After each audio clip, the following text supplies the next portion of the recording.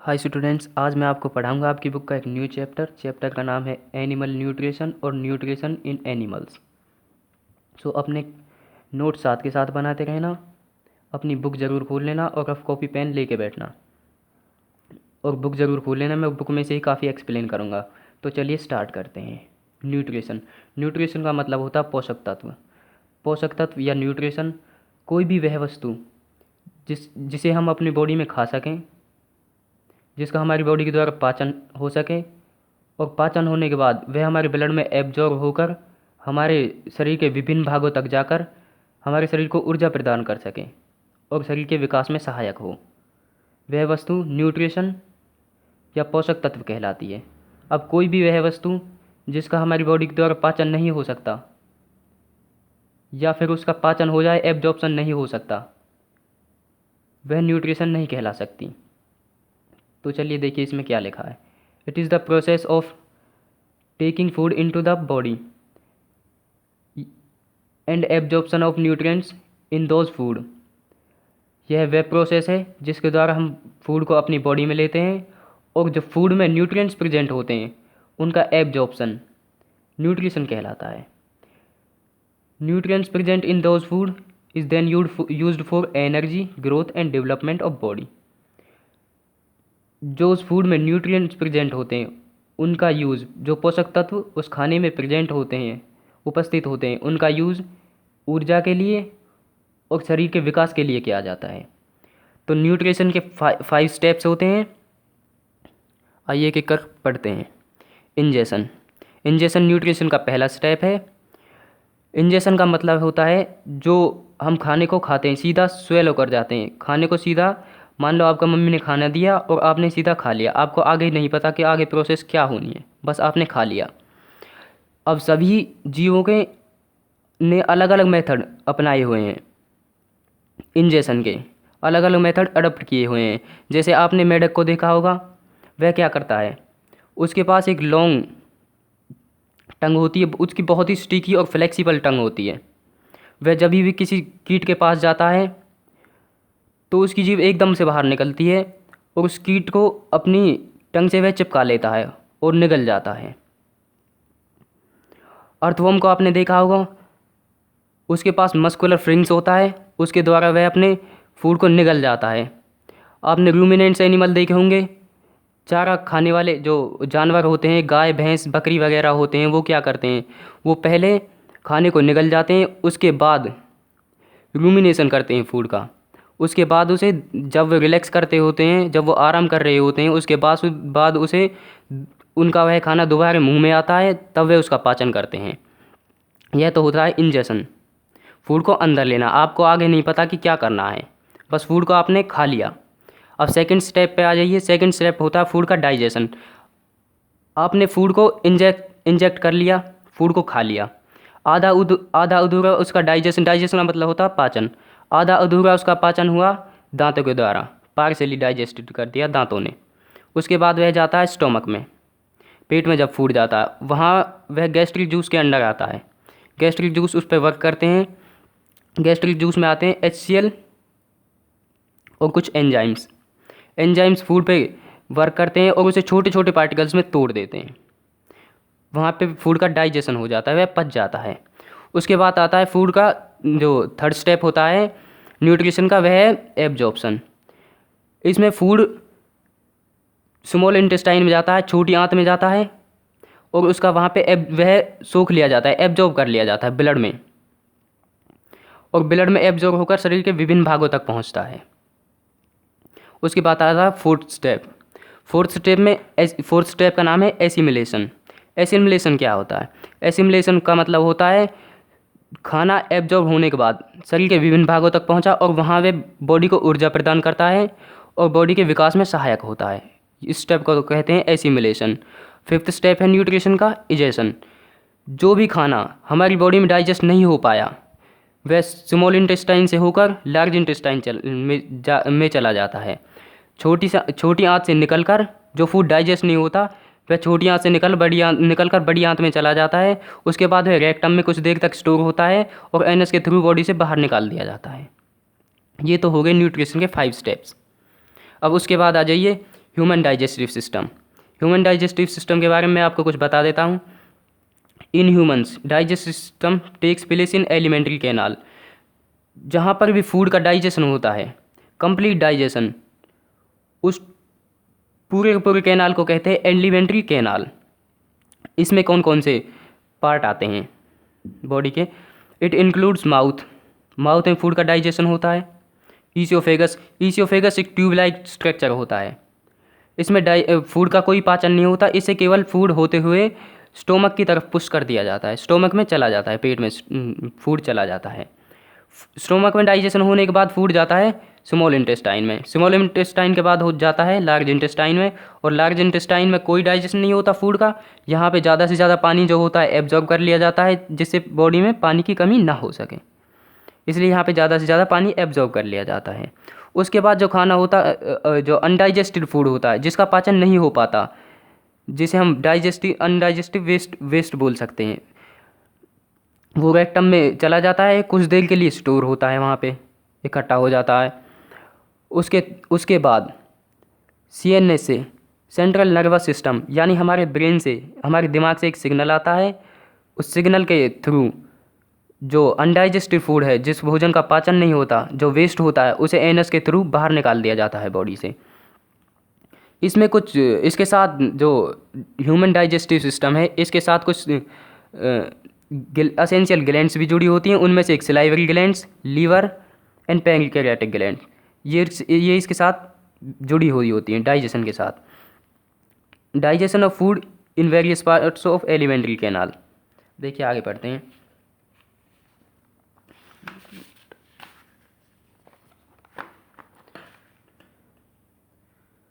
आगे बताया हो कि शरीर के किस किस पार्ट में किस तरह से डाइजेशन होता है फूड का। तो शुरू करते हैं माउथ से। माउथ में क्या होता है? माउथ में टीथ और टंग होती हैं। तो माउथ में जब फूड का डाइजेशन होता है, तो माउथ में डाइजेशन को बोलते हैं digestion in buccal cavity. Digestion in mouth is also called as the digestion in buccal cavity. Mouth में जब फूड का डाइजेशन होता है तो उसे बोलते हैं buccal cavity. It occurs with the help of following. अब इसमें माउथ में क्या क्या आती है? आपकी सलाइवा आ जाएगी, टंग आ जाएगी और टीथ्स आ जाएंगे। तो सलाइवा क्या करती है? सलाइवा के पास होता है एक enzyme, salivary amylase. Salivary amylase क्या करता है? जो कार्बोहाइड्रेट्स में जो स्टार्च प्रेजेंट होती है उसको डाइजेस्ट कर देता है, ये ब्रेक डाउन कर देता है स्टार्च को माल्टोज और डेक्सट्रिन में। अब देखिए आगे क्या लिखा हुआ है। Saliva secreted by salivary glands contain enzyme salivary amylase. Salivary gland से जो सलाइवा सीक्रेट होती है उसमें एक एंजाइम होता है, एंजाइम का नाम होता है amylase, which digest the starch present in the food. जो फूड में स्टार्च प्रेजेंट होती है उसको डाइजेस्ट कर देता है and break down it into maltose and dextrin. Dextrin और माल्टोज ये मोनोमर यूनिट है, बहुत ही छोटी यूनिट्स में तोड़ देता है, जिसके बाद उसका एब्जॉर्प्शन हो जाता है in simple sugars. Dextrin and maltose like simple sugars में तोड़ देता है।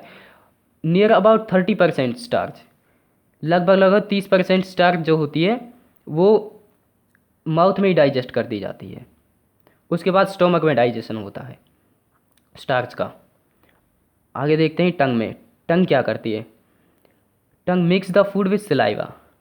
टंग जो होती है, जीभ जो होती है, फूड को सलाइवा के साथ मिक्स कर देती है, लार के साथ। सलाइवा होता है लार के साथ फूड को मिक्स कर देती है। और जब फूड सलाइवा के साथ मिक्स हो जाता है तो उस मिक्सचर को बोलते हैं बोलस। जब फूड सलाइवा के साथ मिक्स होता है तो उस मिक्सचर को बोलते हैं bolus. It also have small bird like structure called taste buds. आपने अपनी टंग को देखा होगा, उस पर स्मॉल बर्ड लाइक स्ट्रक्चर बने हुए होते हैं। वो क्या करते हैं? वो हमें किसी भी टेस्ट को फील करने में हमारी सहायता करते हैं। वो बर्ड लाइक स्ट्रक्चर, पहले ये माना जाता था कि टंग के कुछ पार्ट सर्टेन टेस्ट के लिए जाने जाते हैं, लेकिन अब जो नई रिसर्च हुई है उनमें बताया गया है कि कंप्लीट जो टंग होती है वो हर तरह के स्वाद को बताती है। They help us to feel the taste of any food. जो टेस्ट बर्ड्स प्रेजेंट होते हैं टंग पे, वो किसी भी फूड के टेस्ट को फील करने में हमारी सहायता करते हैं। The taste bud detect taste such as sweet मीठा टेस्ट, सॉल्ट नमकीन, सोर खट्टा एंड बिटर कड़वा। इन चारों टेस्टों को टेस्ट करने में हमारी सहायता करते हैं। ये तो 4 टेस्ट हैं, लेकिन इसके बाद एक और टेस्ट अब न्यू डिस्कवर किया गया है, उसका नाम है उमामी टेस्ट। सो आगे देखिए, टीथ्स क्या काम करते हैं। टीथ्स फूड को छोटे छोटे पार्टिकल में तोड़ने का काम करते हैं। टीथ्स भी 4 तरह के होते हैं और 2 बार लाइफ, आपको पता होगा ये तो, लाइफ टाइम में, ह्यूमन बींग्स की लाइफ टाइम में 2 टाइम्स टीथ आते हैं। एक बार तो दूध के दांत और दूसरी बार permanent. So human beings have 2 sets of teeth in their lifetime. Human beings के पास उनके जीवन में 2 बार, जीवन काल में 2 बार दांत आते हैं, और वह दे आर ऑफ 4 टाइप्स, 4 तरह के दांत होते हैं। Incisor, canine, premolar and molar, ये 4 टाइप्स के टीथ होते हैं। अब 2 सेट्स ऑफ टीथ जो होते हैं, एक तो होता है मिल्की टीथ, दूसरा होता है परमानेंट टीथ।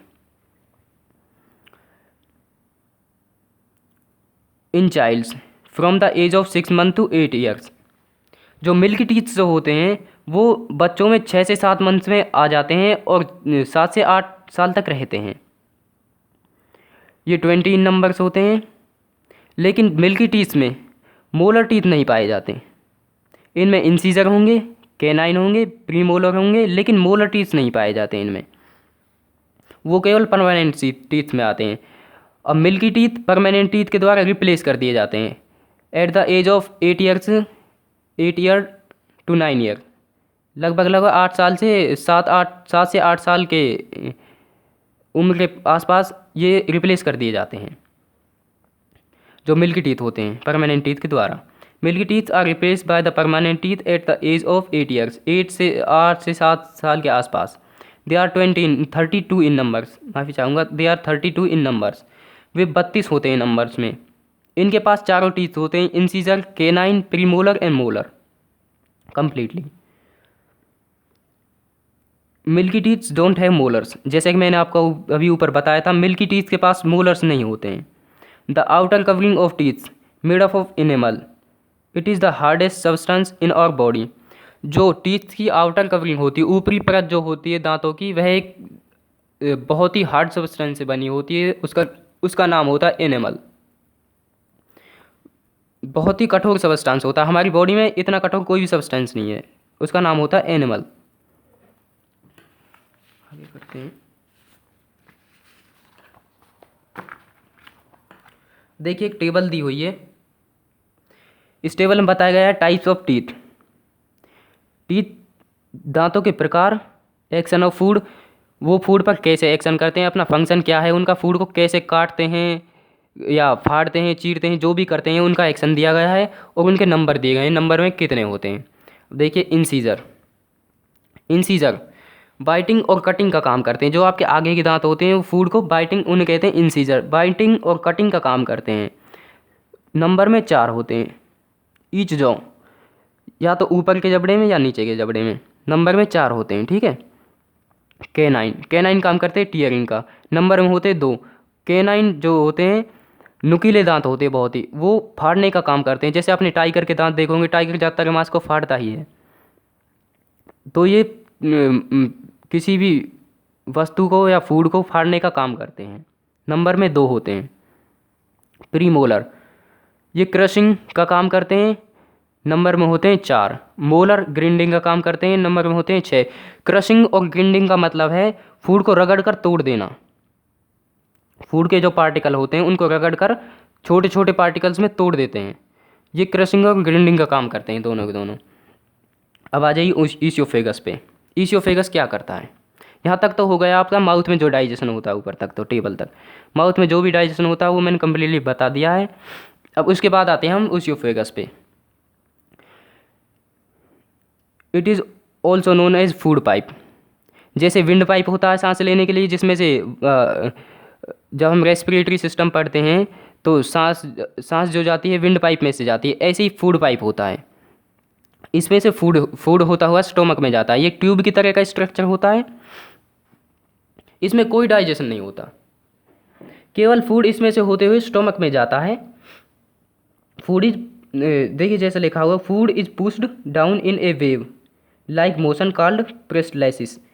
एक वेव की तरह एक मोशन होता है जिसके द्वारा इसकी मसल का ओसियोफेगस की मसल एक वेव की तरह मोशन करती है जिसके द्वारा फूड जो होता है नीचे की तरफ पुश कर दिया जाता है। इसको कहते हैं प्रेस्टलाइसिस। देखिए मैं आपको डायग्राम के द्वारा समझा देता हूँ यहीं पे। जैसे इसका स्ट्रक्चर होता है ऐसे कुछ करके ईसोफेगस। अब इसकी मसल जो होती है इस तरह से मोशन करती है जिससे फूड नीचे की तरफ इस तरह से दो तीन बार कई बार मोशन करती है जिस तरह से फूड नीचे की तरफ पुश कर दिया जाता है और स्टोमक में आ जाता है। ये रफली डायग्राम था। अब देखिए फूड ईसोफेगस से होता हुआ स्टोमक में आ गया। अब स्टोमक में देखिए क्या होता है। स्टोमक में डाइजेशन को हम पढ़ते हैं, it store food and digest it. Stomach में फूड आता है तो वह इसे स्टोर करता है। स्टोमक में लगभग 3 से 5 घंटे तक फूड स्टोर रहता है। Digest it by secreting gastric juice. Stomach में क्या होता है, स्टोमक में गैस्ट्रिक जूस सीक्रेट होते हैं। गैस्ट्रिक जूस में होता है HCl एंड कुछ एंजाइम गैस्ट्रिक जूस को बनाते हैं मिलके, हाइड्रोक्लोरिक एसिड और कुछ एंजाइम। देखिए gastric juice includes hydrochloric acid and enzymes. Enzymes break down protein. Enzymes अपना काम करते हैं प्रोटीन्स के ऊपर। एंजाइम्स जो होते हैं वो प्रोटीन को छोटे छोटे टुकड़ों में या फिर मोनोमर यूनिट्स में, मोनोमर इकाई में तोड़ देते हैं। प्रोटीन्स की मोनोमर इकाई होती है अमाइनो एसिड्स। प्रोटीन्स को अमाइनो एसिड्स में तोड़ देते हैं। Hydrochloric acid kills any bacteria present in the food. मान लीजिए आपने अपने फूड में कोई भी बैक्टीरिया या माइक्रो ऑर्गेनिज्म खा लिया, उसके बाद क्या होगा, वह आपकी बॉडी को हार्म करेगा यदि वह किल नहीं होगा। तो इसलिए हमारी स्टोमक में HCl रिलीज होता है। हमारा स्टोमक HCl रिलीज करता है ताकि वह माइक्रो ऑर्गेनिज्म या बैक्टीरिया किल हो सके। और इसका एक और काम है, हमारी बॉडी में जो स्टोमक में होता है फूड 3 से 4 घंटे या 5 घंटे तक रहता है। 3 से 5 घंटे तक फूड रहता है हमारे स्टोमक में डाइजेस्ट होने के लिए।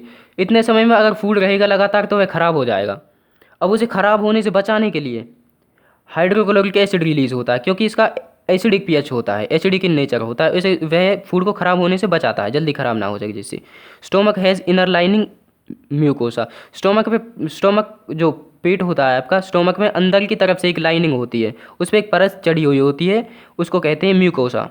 म्यूकोसा का काम क्या होता है, अब हमारे स्टोमक में फूड को बैक्टीरिया को किल करने के लिए HCl रिलीज होता है। अब HCl रिलीज होता है तो वह एसिडिक होता है नेचर में, तो स्टोमक में जलन पैदा करता है। स्टोमक में जलन पैदा करता है, जिससे स्टोमक में जलन पैदा होती है तो उस जलन से हमें बचाने के लिए म्यूकोसा लेयर होती है। स्टोमक की इनर लाइन पे म्यूकोसा लेयर होती है, वह हमें जलनकारी इफेक्ट से बचाती है हाइड्रोक्लोरिक एसिड के, which prevent the stomach from the acidic effect of HCl के एसिडिक इफेक्ट से हमें बचाती है हमारे स्टोमक को, ताकि हमें जलन महसूस नहीं हो सके। जब हमारे पेट दर्द होता है, स्टोमक पेन जो होता है वो इसी के कारण होता है। HCl ज़्यादा रिलीज हो जाता है जिससे म्यूकस में जलन पैदा होती है, इसी वजह से होता है। इसीलिए क्षारीय पदार्थ आपको दिए जाते हैं। जो गोली होती है वह क्षारीय होती है नेचर में, बेसिक होती है नेचर में, वो इसको न्यूट्रलाइज कर देती है। एक्सेस अमाउंट ऑफ एसिड, जो एसिड ज़्यादा रिलीज होता है उसे न्यूट्रलाइज कर देती है, जिसकी वजह से आपका जो पेट दर्द होता है, स्टोमक पेन होता है, वो बंद हो जाता है। तो डाइजेशन आपने माफ़ी चाहूँगा स्टोमक में पढ़ लिया।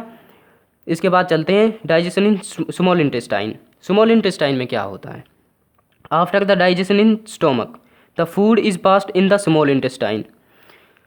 स्टोमक में डाइजेशन हो गया फूड का, गैस्ट्रिक जूस के अंडर आया फूड और उसको ब्रेक डाउन कर दिया गया, प्रोटीन्स को ब्रेक डाउन कर दिया गया। अब आया इंटेस्टाइन में स्मॉल इंटेस्टाइन में फूड आया। Digestion of food is completed here. Food का जो कंप्लीट डाइजेशन होता है वो यहीं पे कंप्लीट हो जाता है स्मॉल इंटेस्टाइन में, छोटी आंत में। उसके बाद कहीं पर भी फूड का डाइजेशन नहीं होता, यहीं पे कंप्लीट हो जाता है। It is largest part of alimentary canal. यह एलिमेंट्री कैनाल का सबसे लार्जेस्ट पार्ट होता है, सबसे बड़ा पार्ट होता है। यह अप्रोक्स लेंथ, अगर हम इसकी लेंथ की बात करें तो 6 मीटर के अराउंड होती है। मतलब एलिमेंट्री कैनाल का सबसे बड़ा पार्ट होता है। इसके 3 रीजन्स होते हैं, तीन पार्ट होते हैं इसके, duodenum, jejunum and ileum. Duodenum, jejunum and ileum. Duodenum क्या होता है? स्टोमक से बिल्कुल नेक्स्ट वाला जो अगला वाला पार्ट होता है, जहाँ से इंटेस्टाइन शुरू होती है, स्मॉल इंटेस्टाइन जहाँ से शुरू होती है, उसे उस पार्ट को बोलते हैं डिड्यूनम। और जिज्यूनम के क्या होता है? आपने कोयल देखी होगी जिससे मच्छर को मारते हैं, कोयल जो होती है, मोंटिन आपने देखा होगा, उस तरह का ये हाईली कोइल्ड पोर्शन होता है। जैसे आपको एक रफली डायग्राम यहीं पे बना के मैं दिखा देता हूँ, यहाँ पे देख रहा, इस तरह से ऐसे कहीं से भी निकलती है, कहीं भी जाती है। आपने मान लिया डिड्यूनम यहाँ से निकला, ये तो हो गया डिड्यूनम। अब ये यहाँ से शुरू होती है, कहीं पे भी जाती है, ऐसे जाती है, ऐसे जाती है, और इलियम, इलियम में मिल जाती है। इस तरह से होता है रफली डायग्राम में। इलियम होता है इंटेस्टाइन का लास्ट वाला पार्ट, और ये जाकर सीधा लार्ज इंटेस्टाइन से जुड़ जाता है। लार्ज इंटेस्टाइन जो आपकी बड़ी आंत होती है, इससे जाकर ये जुड़ जाता है। इसके ये तीन पार्ट होते हैं। आगे बढ़ते हैं।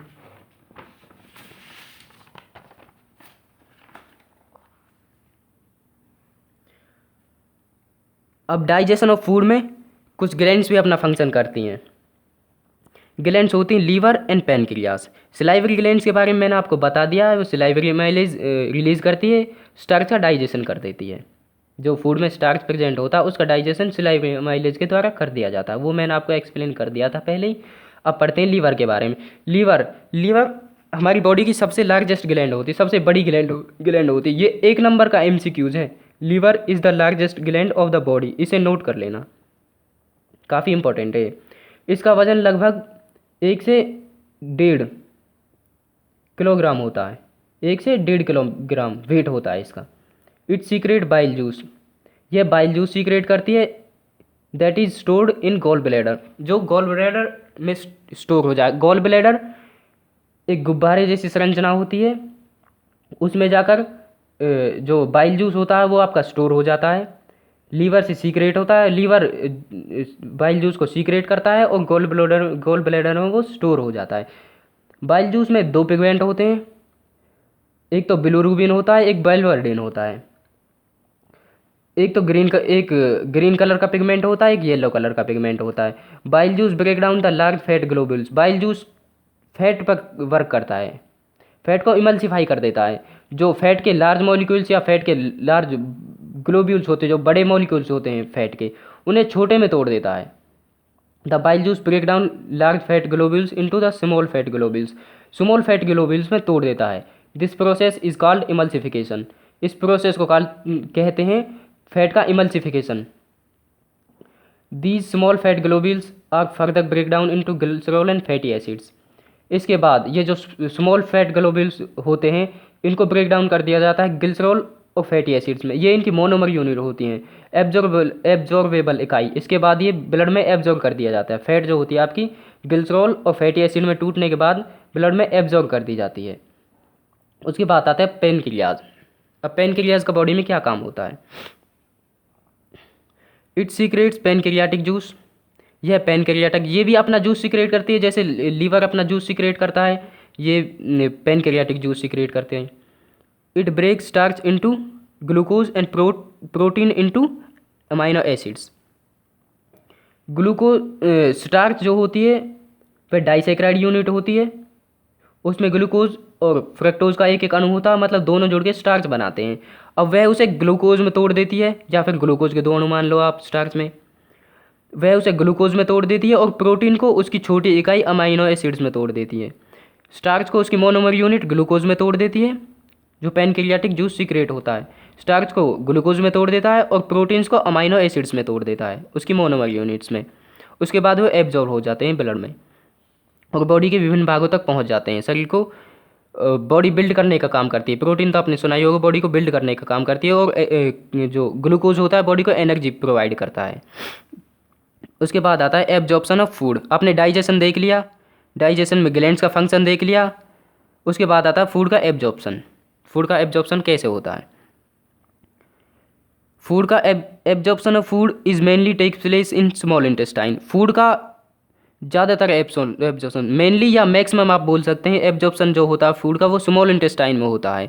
इंटेस्टाइन में क्या होता है, कुछ finger like projections, finger like structure intestine में बने हुए होते हैं, उभरे हुए होते हैं, उंगलियों के जैसे निशान उभरे हुए होते हैं ऊपर की तरफ। वो क्यों होते हैं? वो इसलिए होते हैं ताकि एब्जॉर्प्शन का जो सरफेस एरिया है, इंटेस्टाइन का जो सरफेस एरिया है, वो एब्जॉर्प्शन के लिए बढ़ाया जा सके।